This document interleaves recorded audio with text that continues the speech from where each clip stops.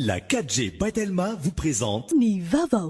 Avec moteur original, puissance à partir de 10 kVA, garantie 1 an, SAV de qualité, fini les coupures, soyez autonome, Batimax. La qualité au meilleur prix. Manolotra anao ny fampalalam-baovao.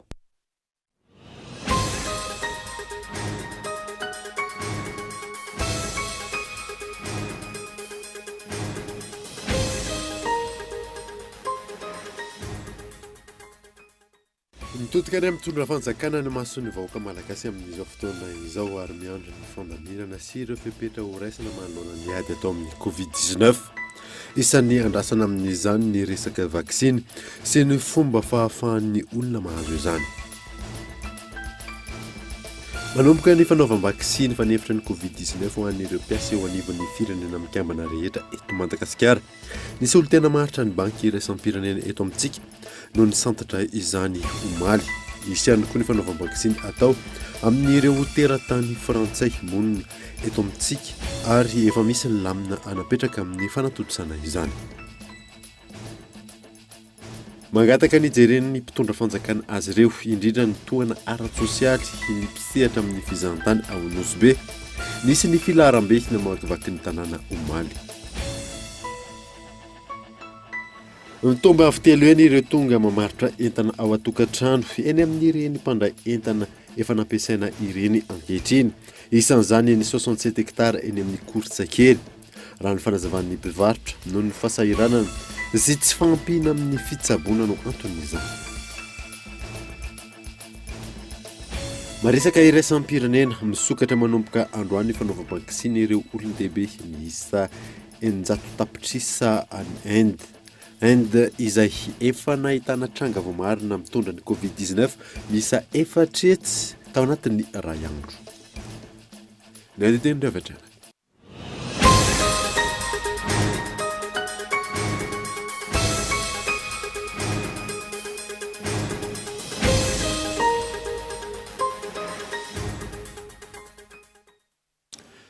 Finaritra tompoko lahy sy tompoko vavy taona vaovao eto amin'ny Kolo Tv ka manasanoara anaraka izany hatramin'ny farany. Nanomboantsika ny vaovao mitodika any amin'ny mpitondra fanjakana ny masony vahoaka malagasy amin'ny zao fotoana izao ary miandry ny fandaminana sy ireo fepetra ho raisina manoloana ny ady amin'ny Covid-19. Isan'ny andrasana amin'izany ny resaka vaksiny sy ny fomba ahafahan'ny olona mahazo izany gaeto Andratsilavo. Nafana ny resaka tamin'ity herinandro ity manoloana ny ady atao amin'ny fianaky ny Covid-19 sy ny fitsaboana ary ny fisorohana mialoha. Ho an'ny ady amin'ny fianaky ny valanaretina, mbola maro ny zaka tokony atao. Isan'izany ny fanamafisana ny fanaraha-maso ireo mivoaka sy miditra ny faritra mihiboka, izay hita trano fa misy lavaka. Nitaraina ny ao Facebook fa misy olona maro avy amin'ny faritra hafa mandalo ao amin'izy ireo, ary nisy aza ny ka pozitif na ahitana ny tsimokaretina. Ny tsy fahafehezana ny sisin'ny faritra mihiboka izay niampy ny fahatongavan'ny sidina avy any ivelany farany teo. Io fahatongavan'ny sidina io izay niteraka adihevitra maro teny anivon'ny fiarahamonina ary nampametra-pandaina ny vahoaka malagasy amin'ny fomba fandraisan'ny mpitondra fanapahan-kevitra. Amin'izao fotoana aza, maro ireo mandefa resaka fa efa misy ny variant avy any Inde izay tena mahery vaika tonga eto Madagasikara. Mahakasika ny fisorohana, mbola fanontaniana maro no mipetraka manoloana ilay vaksiny fanefitra no afarana tamin'ny alalan'ny inisiativa Covax. Ampitarazoko ny fisitrahan'ny vahoaka malagasy ny vaksiny ny fandrarahan'ny fanjakana ny fanafarana ataon'ny sehatra samihafa hoy ny fanehoan-kevitry ny sasany. Araka izany, tsy tokony handrarany fanafarana vaksiny fanefitry ny Covid-19 ataon'ny sehatra sy miankina na fikambanana na olona ivelan'ny fitondrana ny fanjakana malagasy. Izany hoe tokony hisokatra amin'ny sehatra maro ny fanjakana amin'ny fanafarana ny vaksiny. Andraikitry ny fanjakana amin'izay fotoana no manao ny fandrindrana na inona loham-bary. Tokony hazava ny fomba ahafahana manantanteraka ny vaksiny eto amintsika. Ka ho vita vaksiny ao anatin'ny fotoana fohy avokoa ireo rehetra maniry sy manaiky atao vaksiny. Amin'izao andian'ny faharoa amin'ny valanaretina izao, izay voalaza fa nisy variant avy any Afrika Atsimo, mahery vaika kokoa ny fisehon'ny aretina, mora miparitaka kokoa ary betsaka ireo marary ao anatin'ny fasarotana. Izao indray, raha marina ny ayay apetraky ny olona amin'ny fisihan'ny variant avy any Inde, anao ahoana ny atrehan'ny malagasy ny valanaretina? Ekena fa mifanetinety kokoa ny mponina ao Inde raha mitaha amin'ny mponina eto Madagasikara. Izany hoe mora kokoa ny mampanaja ny elanelana ray metatra eto amintsika raha mitaha amin'ny Inde saingy ny aretina sy mifidy. Ho an'ny fitsaboana ny Covid-19 kosa indray, hita sy tsapa fa miezaka manao izay ho afan'ny mpitondra. Tonga tamin'ity herinandro ity ny concentrateur d'oxygène miisa 2 arivo nafarana avy any ivelany ary naparitaka avy hatrany any amin'ny faritra. Efa manomboka mihena ny marary ho an'ny faritra sasany raha tsy lasa afa-tsy ny aoboeny. Manomboka ny fanaovam-bakisiny fanefitra ny Covid-19 ho an'ireo miasa eo anivon'ny firenena mikambana rehetra eto Madagasikara. Nisy olo tena maharitra ny banky iraisam-pirenena eto amintsika no nisantatra izany omaly. Isy ihany koa ny fanaovam-bakisiny ho atao amin'ireo teratany frantsay monina eto amintsika ary efa misy ny lamina amin'izany miantarandrianevo. Miazakazaka ny fametrahana ny lamina amin'ny fanatotosana vakisiny fanefitra amin'ny Covid-19 ho an'ireo vondrona iraisam-pirenena. Nisitraka vakisiny fanefitra amin'ny Covid-19 ao maraina teo. Io no nambara nisy olo tena maharitry ny banky iraisam-pirenena eto amintsika omaly tamin'ny alalan'ny Twitter. Araka ny antso antarby ny fanaovan'ny mpanao gazety teo anivon'ny banky iraisam-pirenena ihany koa. Nanamafy ireto farany fa efa iroso amin'ny fanaovam-bakisiny izay ny mpiasa rehetra eo anivon'ny firenena mikambana eto Madagasikara. Mitovy amin'ny dingana ho an'ny mpiasa ny firenena mikambana any amin'ny firenena hafa ny dingana atao eto. Izany hoe misy ny laharam-pahamehana raina saingina izany aza ho atao vakisiny avokoa ny mpiasa rehetra. Raha ny fanazavana azo, tsy ny fitondram-panjakana no nanafatra izo vakisiny izao saingy nahazoana lalana tamin'ny fanjakana malagasy izany. Ankoatra izay, nampahafantatra ihany koa ny masoivon'ny Frantsa eto Madagasikara fa hisy ny fanaovam-bakisiny ho an'ny teratany frantsay monina eto. Araka ity fampitam-baovao ity, hanomboka ny 10 volana May 2024 izao ny anatotosana izany ho an'ny teratany frantsay rehetra ny mpikambana amin'ny vondrona Eoropeana sy ny maro hafa. Araka izany, raha toa ka efa manomboka ny fanaovana vakisiny ireo teratany vahiny sy ireo mpiasa ny vondrona iraisam-pirenena eto amintsika. Hatreto an'ny fanjakana malagasy dia mbola eo amin'ny famerana ireo tsy miankina nafatra vakisiny aloha no misongadina. Mikasika ny fitsinjarana izay afaran'ny fanjakana, mbola hisy ny sivana amin'ny laharam-pahamehana isitraka izany voalohany, tahaka ny mpiasa ny fahasalamana sy ny maro hafa. Mipetraka manoloana izany ny fantaniana hoe ho araka ny fanjakana malagasy ve ny hanao vakisiny ny mponina rehetra manerana ny nosy izay mahery ny 520 tapitrisa. Oviana vao isitraka izany ny sarababem-bahoaka. Tsy tokony ara-iasa ve ny fanjakana malagasy ny tsy miankina amin'ny fanafarana izany mba hahafahan'ireo izay manana fahefana hanafatra rehetra mampiditra vakisiny eto amin'ny nosy, hanamora sy hampitombo ny fanaovana vakisiny ny malagasy.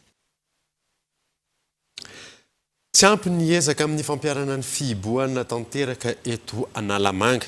Mbola maro ireo mifamezivezy eny an-dalambe. Isan'ny tena anjakan'ny gaboraraka neny ambany tanàna. Ivo Richard. Tsy mbola tafapetraka araka ny tokony ho izy ny fihiboana tanteraka anatin'ny herinandro faharoa ny idirana amin'izay eto Analamanga. Ho an'Antananarivo renivohitra nanaovana ny fanadihadiana. Raha saika mipetrapetraka ny sakana anaraha-maso ny fifamezivezena isaky ny kihoan-dalana. Indrindra mivoaka sy miditra ny renivohitra.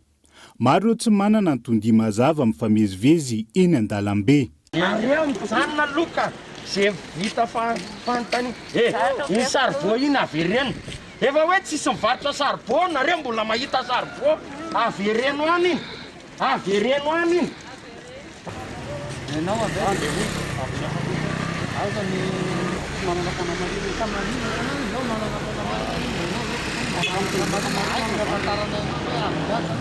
Raha ohatra anao andeha hiatsena, alefako anao. Fa hoe raha hoe anao maçon zany, tsy anatiny zany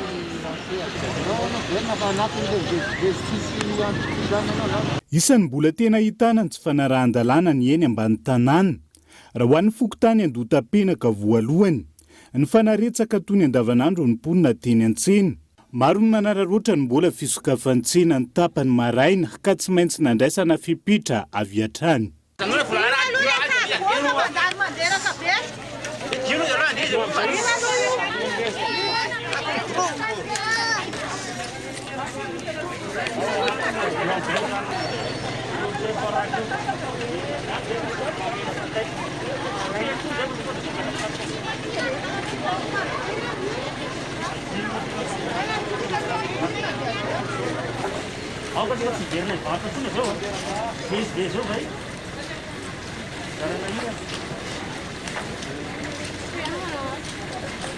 Nampiakapeo manoloan'izany mivarotra kanamaly avy hatrany mpitandro ny filaminana.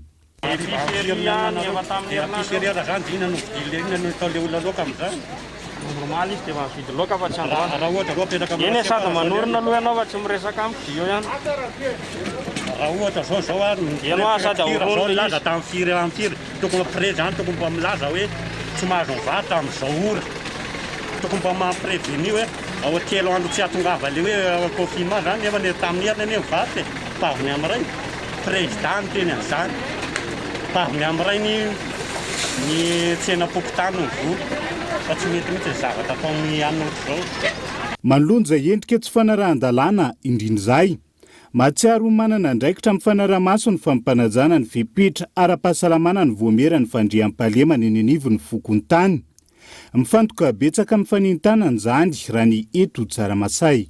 Izay hitanao nareo zao dia avy any anaty elakelan-trano mihitsy izay io izany avy any anaty elakelan-trano mivoaka aty amin'ny arabe dia mijery mihitsy hoe tena tsy ny elakelan-trano ihany no jerevanay fa sady mifanampy any zareo mpitandro filaminana ihany koa izay mba hoe fiaraha-miasa le izy dia zao hitanareo zao mivoaka eto amin'ny arabe zay satria atsanina elakelan-trano mampiasa megafona mihitsy zay ho an'ny izay mbola anaty elakelan-trano araka mbola mitangorongorona ka na manao baolina na manao sokaratra na manana dia mandrava avy hatrany mihitsy zay. Azo lazaina ho nangina amin'ny ankabeny teto Antananarivo renivohitra taorian'indray ora bolakandro ampihenana ny fianako ny Covid-19 ny tanjona anatin'ny fampiarana ny fihibohany isaky ny farany herinandro ho zava-poana kilan'izay raha tsy ny rehetra ny mahatsapatiana ary miara-mandray ny andraiky ny malona ny ady atao amin'ny Covid-19. Nananaroatra nanadio tanàna androany commune Antananarivo piasa mano na etsy izy ireo tamin'ny zany ndao ary rahantsika ao anatin'ny saritsaky teniteny antsipirin'izay.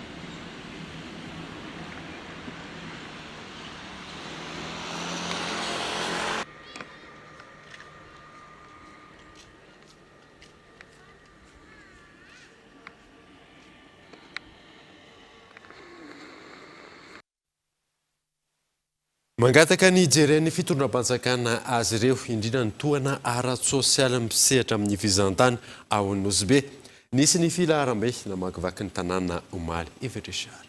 Filarana namakivaky ny tanàna filanjana Sorabavety izay nentin'ny mponina tao Nosbe indrindra misehatra amin'ny fizahantany nangatana ny fitondram-panjakana ny fanohanana hiatrehana ny Covid-19 lara-pamena anatin'ny fangatahana ny toana ara-tsosialy indrindra ny filana fototra ivelomana andavanandro.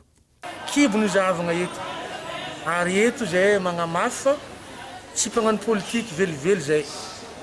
Tsisy diran'ny politiky sasany agny tsisy diran'ny politiky fa zahay zegny kibony politikinay eto efa tegna marefo. Raha ohatra ka mbola misy koragna ambadika agny misy zegny hoe misy ny magnararotra fa zahay tsy mpiaradia mpagnano politiky tsara mazava. Nisy ny magnararotra avy eo tiaraka aminay fa zahay tsy miaraka amin'olo mpagnano politiky ary tsisy adversaire anay rô ray aman-dreny eto fa zahay tsy maintsy magnatony rô rehefa misy ny olagna tsisy olo azonay ataony. Taorian'ny fahenona tamin'ny haino manjery faharivo mipona hisitraka ny fanampinda ankonana miatrika Onozobe no nitarika ny atezeram-bahoaka efa tokana monja ny fokontany nisitraka ny vatsitsinjo farantio ka nampametra-panontaniana azy ireo. Tokony tsy atao zanan-kalafo Onozobe ary tokony ifandanja amin'ny samponina ny fanampiana hoy ny fanazavana. Atsika eto efa any amin'ny 180,000 habitants. Ke raha ohatra misy ny fagnampiana avoaka akagny mba ataoko mifandanja amin'izegny ny nombre ny population zay fa tsy hoe sur 180,000 1000 ny ravitra hazo. Lasa miady an-tragno atsika zovy amezagna zovy tsy amezagna. Ary eto za mangamafy hoe efa marefo aby olo jiaby na olo managna tragno vato étage marefo eto. Firy olo ray amin'ny banky izy ty managna sambo, managna tomobile, managna tragno. Ka tsisy hoe boka agny leny olo managna tragno bozaka, managna tsy akonino, misy ladosy an-tany zegny. Efa tsisy zegny fa olo jiaby efa marefo. Malohany izay fitakiana izay nroso tamin'ny fivoriana tsara-potoana mpikambana eo anivon'ny komity miady sy misoroka amin'ny Covid-19 Onozobe. Nisy ny fanampiana vonjy-davanandro nentiny izy ireo ary notsinjaraina ho an'ireo mpitokana nandritra ny hetsika. Misy hely mbo vaha olagna atolotronay. Marigny fa tsy voateraha vaha olagna jiaby fa olagna tegna vaha olagna vonjy rano vaky araka ny fitenin-drazagna atsika. Maromaro ny teboko zay nangatanareo fa kibo tsy mbola mosiny araka irantsika mana dia misy raha hely atolotronay. Misy vary zato lasaka amin'ny 50 kilo atolotro mbola vonjy rano vaky maloha zao io fa mbola amizao androke midi amin'ny 3 izy io alaigny amin'ny magasin atolotro atsika. Isan'ny tarika nihetsika ho maly ny mpandraraha amin'ny sehatry ny fihizahantany nahitan'ireo mpamily ampitaridisy ny maro hafa. Ankoatra ny fanohanana ara-tsosialy nangatahana izy ireo ihany koa ny fanafoanana ny hetra amin'ny fampiatona ny fandoavana ny trosambanky sy ny maro hafa. Ny tombo avy telo eny ireo tonga mamaritra entana ao atokantrano eny amin'ireny mpandray entana efa nampiasaina ireny ankehitriny. Isan'izany ny eny 67 hectare eny amin'ny Kortsakely. Raha ny fanazavan'ny mpivarotra noho ny fahasahiranana sy tsy fampina amin'ny fitsaboana no anton'ny izany miantarandriana evo. Eto 67 hectare antsoin'ny maro hoe Kortsakely. Isan'andro maro ny olona tonga hivarotra karazan'entana ao an-trano eto. Hita eto avokoa na fahita lavitra, latabatra fisakafoana, seza sy ny maro hafa. Tato anatin'ny herinandro maro, nitombo ireo tonga hivarotra fananana. Mivarotra no mitombo isan'andro, tsy hoe voatanjaka be fa taloha zao manodidididina ny eo amin'ny 5 enina ohatr'izay no tonga mamarotra entana eto. Fa amin'izao efa tsy tanjaka isatsony, rehefa eo amin'ny 5 isan'andro. Entana samy hafa nefa ny amidy amin'ireo karazan'olo ka olona misy raha matoa, misy rangaha, misy côtier, misy afrikana. Dia manantona olona ray amin'izay hitanao ianao dia mitantara ianao hoe misy an'izao amidy any dia makany izay mijery an'ilay izy. Dia raha mety aminay ilay izy dia fanaraka amin'ny prix. Amin'ny ankapobeny noho ny tsy fahampiana ara-bola no antony hivarotany maro ny entana ao an-tranony. Dia olon-tsotra zany tonga ety aminay izy. Misy ny antony isan-karazany. Dia ny sasany noho ny tsy fahasalamana, dia ny sasany fahasahiranana tena hofa-trano. Ny tsy manan-kohanina moa tsy lasaina tsony. Zay zany votoaty ny resaka aloha. Rehefa rehefa miteny izy hoe hivarotra entana, tsy maintsy miteny izy hoe no fahasahirananay na marotanay an'io. tsy arakaraky ny fahabetsahany entana nefa ny mpanjifa hoetrany ireo mpivarotra. Ty zao efa tamin'ny tapa-bolana ny tonga teo ty mpavidy izy efa tapa-bolana ny teo nefa mbola tsisy mividy nefa efa amidinay mora ataonay zany mba hoe mba atakaran'le mpanjifa an'le izy 5 pouce zao ny anay amidinay ray hetsy dia ny 14 le kely reny amidinay eninalina ny salon zay zao raha teo aloha izy 10 hetsy zao izy amidinay efatsetsy na efatsetsy latsaka zay aloha to dia tsy mifidy akanavidina fa sy rehetrarehetra alefan'ny olona zany eo amidiny a dia raisinay daholo na télé na lectera na table à manger na farafara ary dia ndray zany tsy voatery eo amidiny mora le izy fa miankina amin'le afahanay mamoaka an'le izy mbola ho amidinay koa vao akanay an'le tongony kely tadiavinay satria ohatra zao ty zao amidiny 10 alina aminay dia zay tsy maintsy hoe mba mivarotra 7 alina fa zay raha ohatra hoe ty amidiny 7 alina aminay dia tsy mividy zay satria tsisy tombomivarotra idiranay foana amin'le io. Ankoatra ny fahasahiranana amin'ny ankapobeny sy arian'ny fanadihadiana no ny tsy fampiny vola-itsaboana sy fividianana fanafody ihany koa no antony mahabetsaka ireo mivarotra entana samihafa ankehitriny tsy eto amin'ny koritsakely ihany toerana maro no ahitana fivarotan'izany eto andrenivohitra.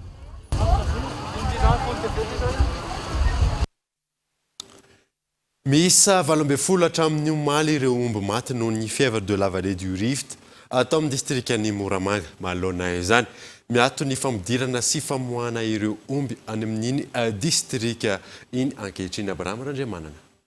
Voakasiky ny valana aretina mpahazon'ny biby FVR na ny fièvre de la vallée du Rift ankehitriny ao amin'ny faritra loatra mangoro hatramin'ny omaly. Miisa 20 ireo omby maty n'ity aretina ity tao amin'ny distrikan'ny Moramanga raha ny nambara ny tompon'andraikitra.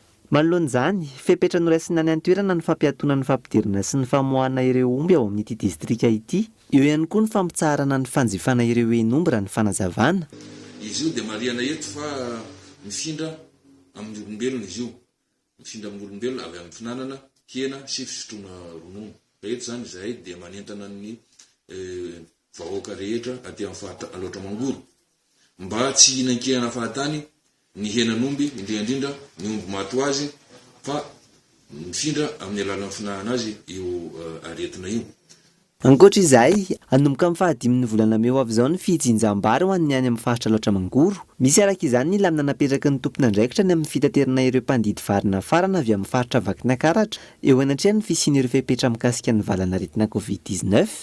Ny fepetra horaisina izay voadinika niaraka tamin'ny zareo CRCO Vakinankaratra moa zany dia ny coopérative habitateur nationale avy any Vakinankaratra no hitatitra ny mpandidy vary avy any Vakinankaratra makaty aloatra amin'ity taona ity. Ary ny famerehana azy mody ndray kosa dia anjaran'ny coopérative avy aty coopérative nationale aty aloatra izay hitondra azy makany Antsirabe afaka ray volana na ray volana mahery eo efa vita ny didy vary ity. Manodidina ny 5,000 ireo mpandidy varina farana nampy amin'ny fijinjana ireo vary ao amin'ny faritra loatra mangoro amin'ity taona ity raha ny nambara ny tompon'andraikitra. Tahaka mahazatra anaraka dokavatra isika mialoha ny dirantsika ny tapany faharoan'ny vaovao rehefa avy ary.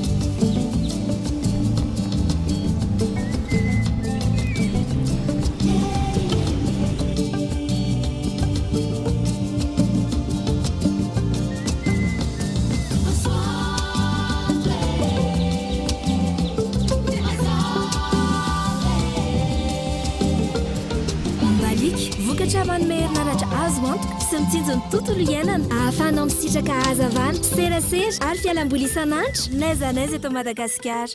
Mbaliky mamiratra no avoko.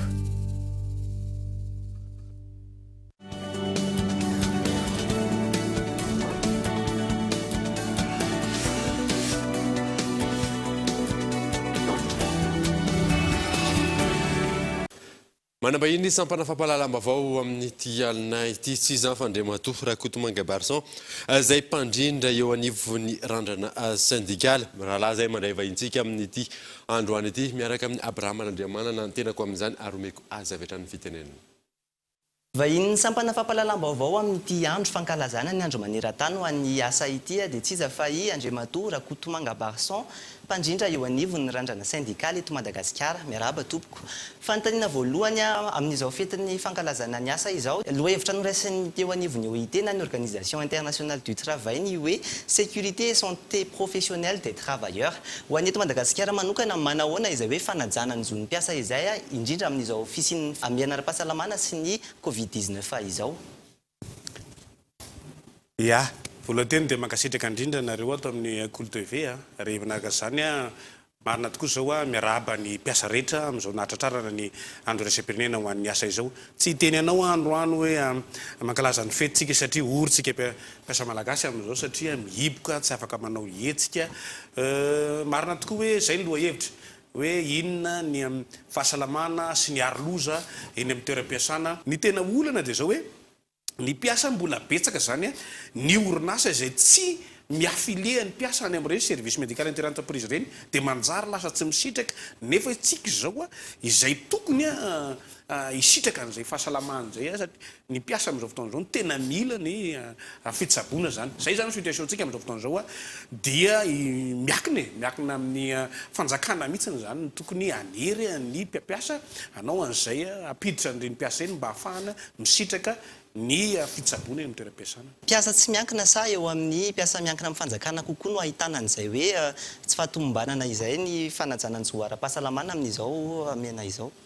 Ny amin'izao amena zao moa zany raha tsika anie ny jerentsika ny any amin'ny mpiasa eny amin'ny ara-panjakana ny tsy dia misy olana zareo ny karama feny foana isam-bolana fa ny aty amin'ny sehatra tsy miakina mihitsy zany no miseho zay zavatra zay na dia hoe misy rehefa alaina mihitsy le ray isan-jato amin'ny karama fa mbola tsy misitraka an'izany ny mpiasa ary eo zany ny tena isaritana mihitsy ny fanjakana hoe tokony amahany olana ho amin'ny inspection travail sy ny contrôle travail izay tsy afaka micontrôle eny amin'ny orinasa amin'izao satria lasa zareo fampiasa-panjakana mandray karama ny mpiasa nefa victime satria tsy mba misy ny contrôle an'izay.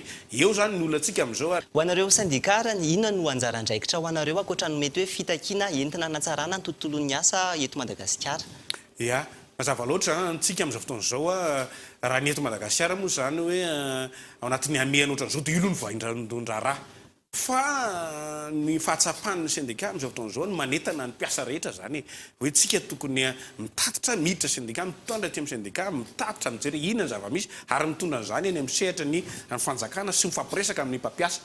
Raha ohatra fotsiny zao tsika ny amin'izao fotoana izao dia ao anatin'le fanavaozana ny lalàna ny fehan'ny asa izay ananaovana atrikasa moa zany ho any aty amin'ny rehefa nahita ny volavolan-dalàna mikasika an'izay satria mbola misy zany andihany maromaro efa lany daty efa tsy mendrika tsony dia isany anankiray zany zao ataon'ny syndicat amintsika amin'ny teny zao isaritana ny mpiasa rehetra sy ny tompon'andraikitra rehetra hoe tsy tokony hovarintsika ao anatin'ny hoe droit comparé amina lalàna frantsay fotsiny fa tokony miditra amin'izay zany tsika amin'ireo lalàna izay manakaikaiky aty amin'ny firenena mitovy amintsika satria za mitantena antsika kely zany hoe ny zareo mikirakirana izy amin'izao fotoana izao ohatra ny milasa mitady hiditra ao anatin'izay le hoe général fotsiny no jerena ny lalàna. Akoatra n'le fanavaozana ny nambaranao teo inona raha no anjara andraikitry ny fanjakana tokony ho amafisina hanampiana ny mpiasa isitraka ny zony amin'izao fotoana izao?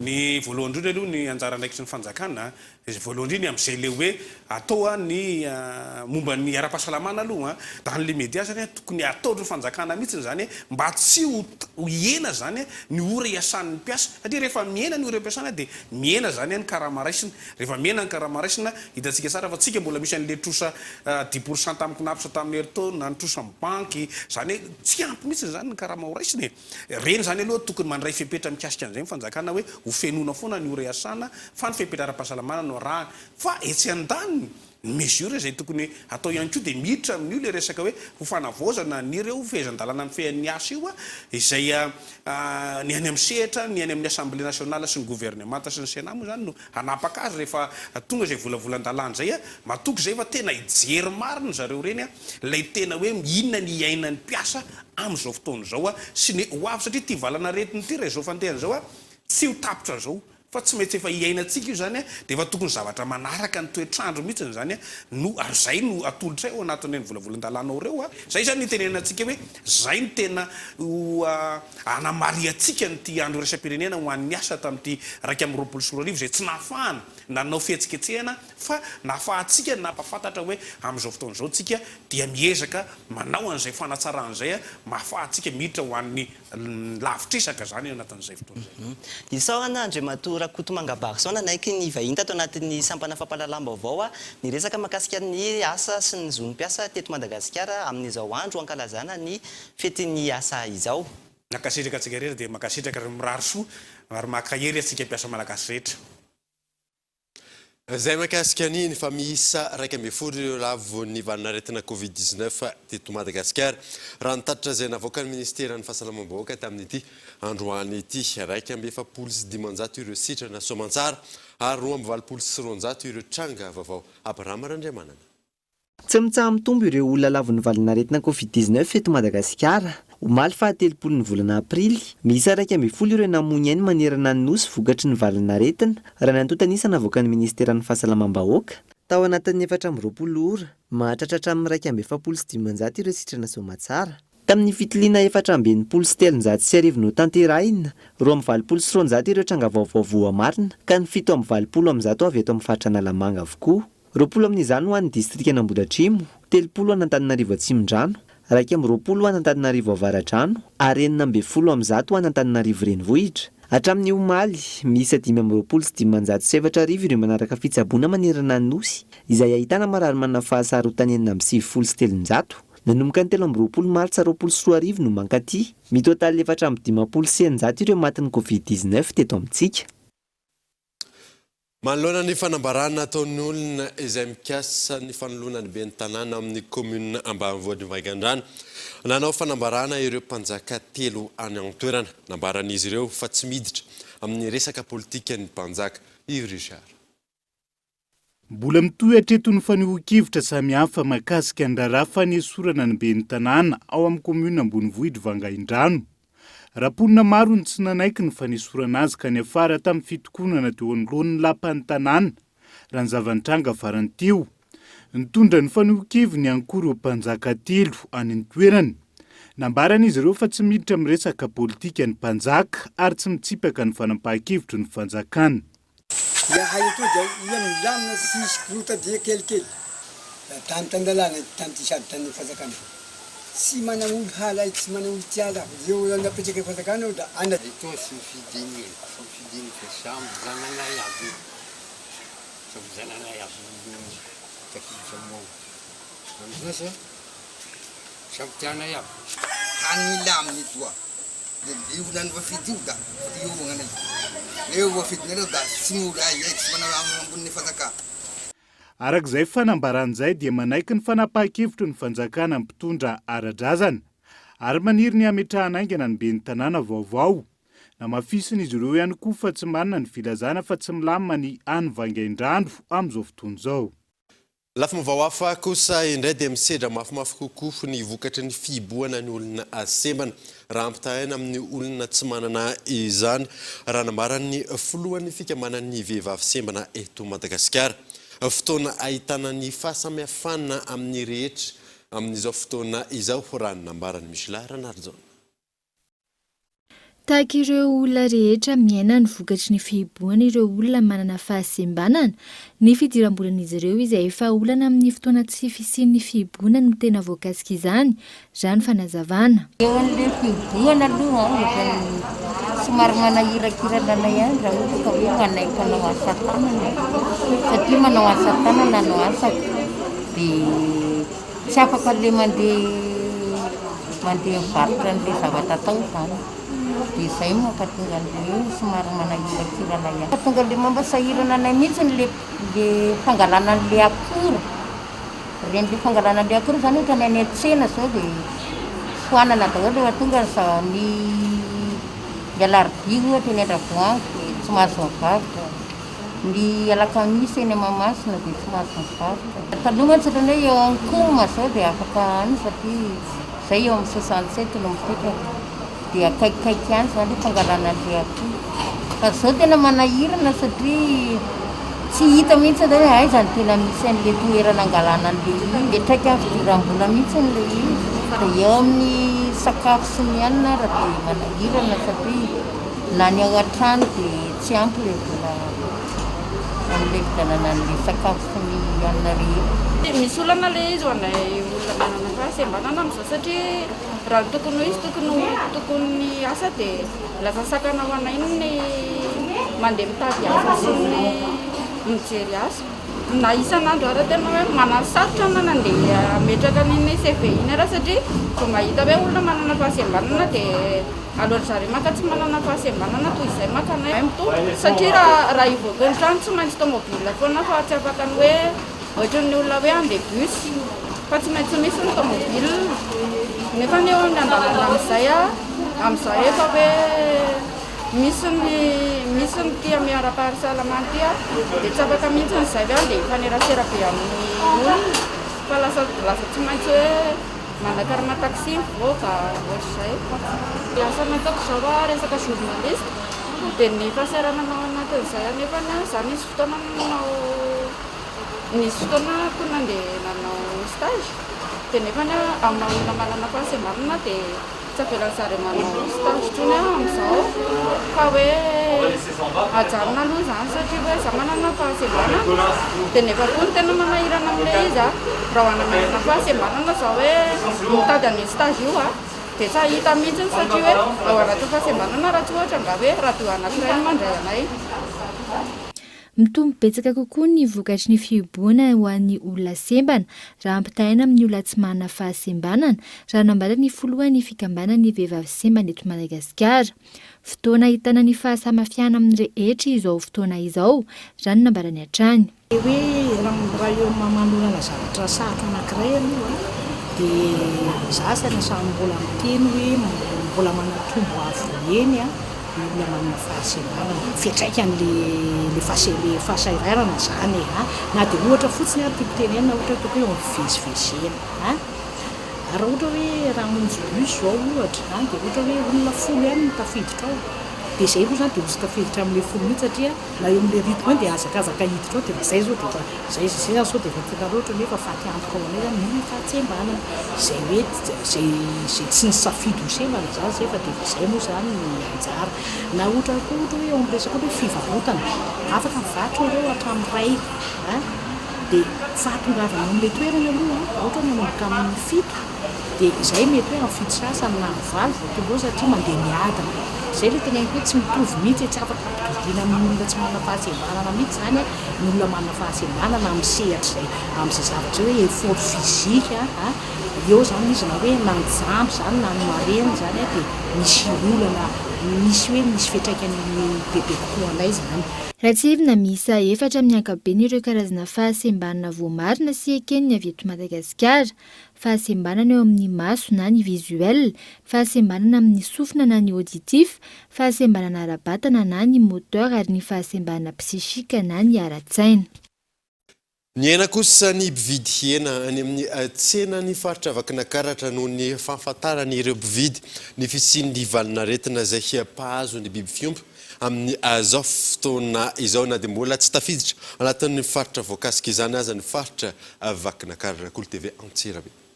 Tsy tony teo aloha ny fanjifan'ireo mpividy hena ho ireo mpivarokena eto an-tsena Sabotsy Antsirabe izay sendranay tamin'ity anio ity. Tsy mandeha ny tsena ary ny hena ihany koa ireo mpanjifa, indrindra fa ny mpanjifa ny enomby noho ny fisian'ny valanaretina izay mahazo ny biby fiompy amin'izao fotoana izao. Na dia tsy tafiditra ao anatin'ireo faritra voakasika izany aza ny eto amin'ny faritra Vakinankaratra. Malala tokoa aloha ilay valanaretina izay mahazo ny omby nefa tsy voakasika an'izay aloha eto amin'ny faritra Vakinankaratra.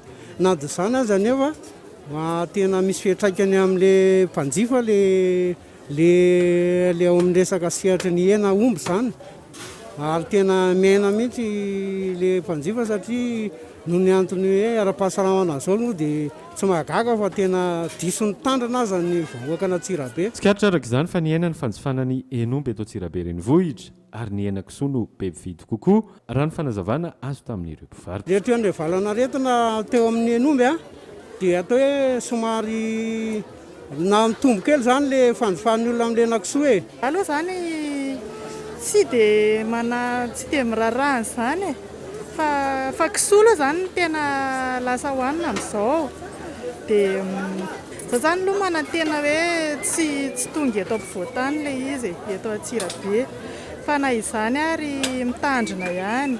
Ny fahadiovana no antoko ny fahasalamana tanteraka. Araka izany dia nanome toky ireo mpivarokena eto an-tsena sabotsy Atsirabe fa hena madio sy voatsara ara-pahasalamana no amidin'izy ireo. Ho amin'ny mpanjifa zany mazava ho azy fa misy fanamarihana kely hoe ny hena izay vita ara-dalàna zany dia misy tampon ny vétérinaire ary hena madio.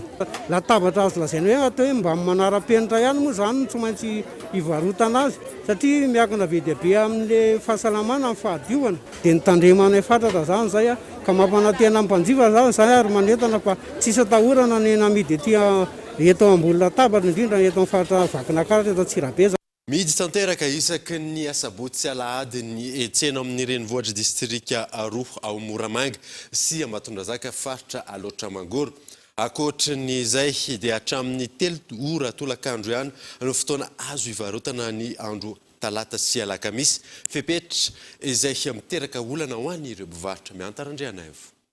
Manoloana ny fiboana isaky ny farany herinandro ho an'ny distrika roa ahitana olona betsaka tratry ny Covid-19 izay Moramanga sy Ambatondrazaka. Maro ny mpivarotra sy mpanjifa mitaraina noho ny fahasahirana naterak'izay. Mafy aminay mihitsy tsy kafaiza botsy lahady io. Faritra dimy nefa voafaritra nidy. Dia manjary firateo faritra ao manjary nidy zao. Ka tsy mety amin'ny atao gouverneur ao. Satria voa mafy daholo mihitsy izay mpivarotra rehetra zavatra ataon'izao. Vita farambiana ny ataony efa famono zao ny ataony aminay. Mataka le mpitondra fanjakana zany zay mba farafaratsy mba midy telo isaka sabotsy fa tena mijaly izay vahoaka majinika. Satria na hariva ary tsy hitanay anatin'ny iray andro. Ka mba mangataka anareo tompoko mba avelanareo mba hivarotra zay mba tapany maraina ihany. Androany ohatra nangina ny tanàna. Maro ankilany ireo mpivarotra tsy nanakatona tsena fa namonjy tany anelakelan-trano tany namelatra ny entam-barotra toy ny hena sy ny vary, ny anana sy ny maro hafa. Ho an'ny fiadidinan'ny tanàna kosa dia manararaotra manao famendrehana fanafody izy ireo rehefa tsy mivony tsena. Etsy ankilan'izay efa tafapetraka eny anivon'ny tontolo ambanivohitra ihany koa ny komity hiady amin'ny fianaky ny valanaretina Covid-19 ho an'ny komina Ilafy. Efa eto Madagasikara dia efa misy ary anatin'ny faritra misy anay dia efa misy matiny zany Covid-19 zany. Zay indrindra ka satria adiaramana ty tsy vitan'ny fitondram-pahajakana fobe, tsy vitan'ny mpitandro filaminana rehetra, tsy vitan'ny ministeran'ny fahasalamana rehetra fa itsika rehetrarehetra miaraka no antoko ny andresena zany Covid-19 zany.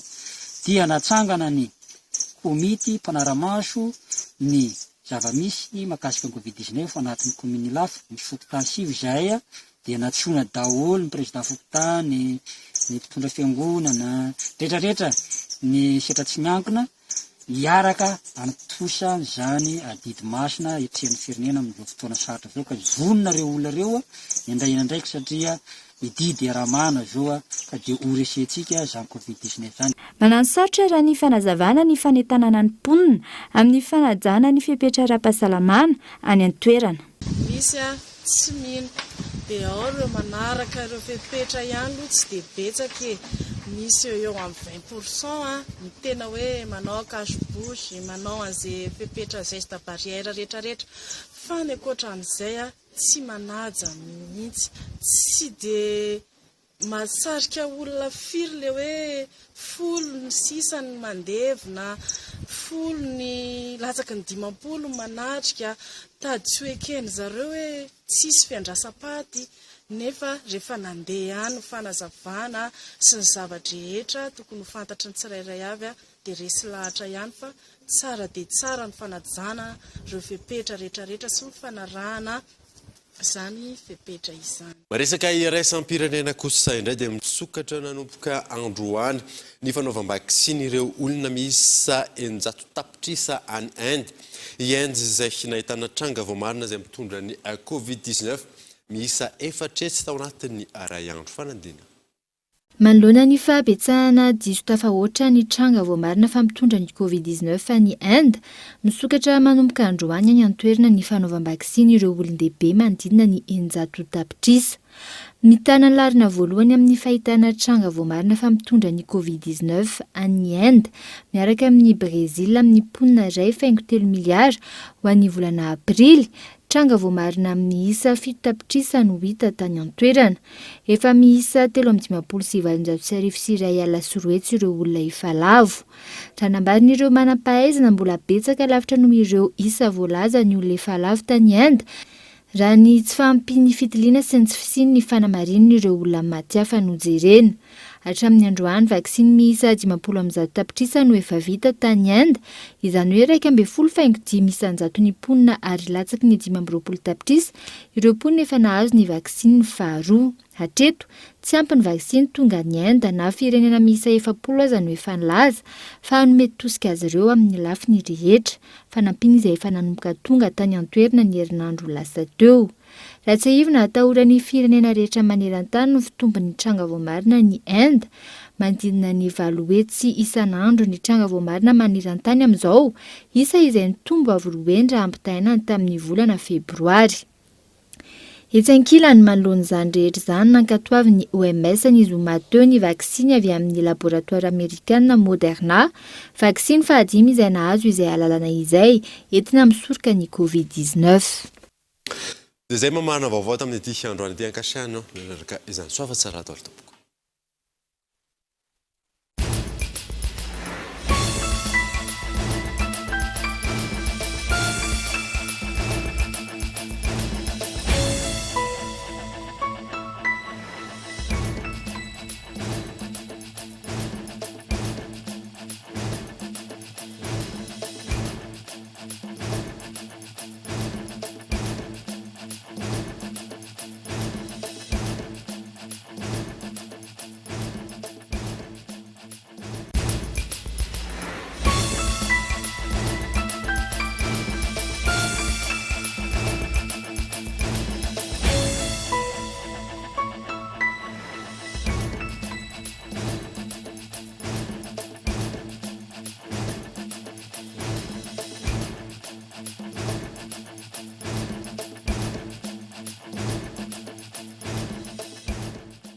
Avec moteur original, puissance à partir de 10 kVA, garantie 1 an, SAV de qualité. Fini les coupures, soyez autonome. Batimax, la qualité au meilleur prix. Vous a présenté Vaovao.